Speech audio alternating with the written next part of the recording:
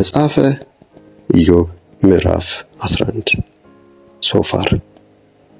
ነማታዊው ሶፋር እንዲህ ሲል መለሰ፣ ይህ ሁሉ ቃል መልስ ማግኘት አይገባውምን? ወይስ ተናጋሪ ሰው እንደ እውነተኛ ይቆጠርን? በእውኑ ያንተ መዘላበድ ሰውን ዝም ያሰኛልን? ስታፌዝስ የሚገስጽህ የለም? እግዚአብሔርንም ትምህርቴ የጠራ በዓይንም ፊት የጸዳሁ ነኝ ትለዋለህ። ምን ነው እግዚአብሔር ቢናገርህ ከንፈሩንም ባንተ ላይ ቢከፍት? እውነተኛ ጥበብ ባለ ብዙ ፈርጅ ናትና የጥበብንም ምስጢር ምን ነው በገለጠልህ።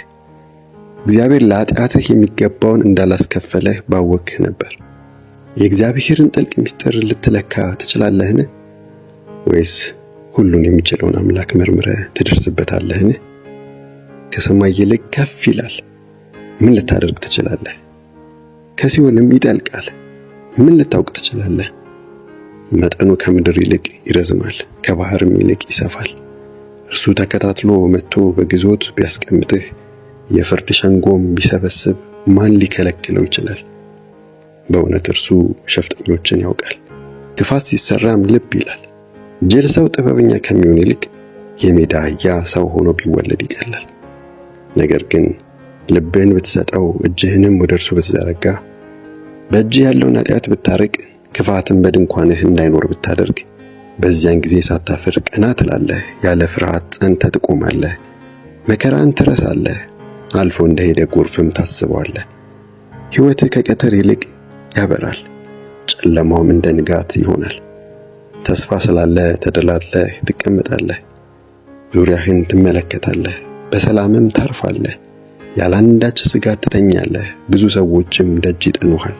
የክፉዎች ዓይን ግን ጨልማለች፣ ማምለጫም አያገኙም፣ ተስፋቸውም ሞት ብቻ ነው።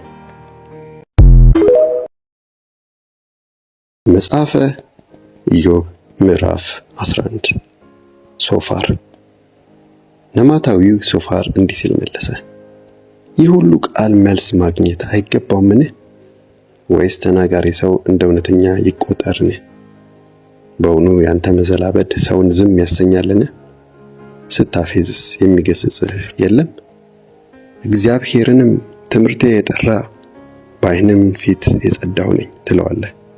ምን ነው እግዚአብሔር ቢናገርህ ከንፈሩንም ባንተ ላይ ቢከፍት?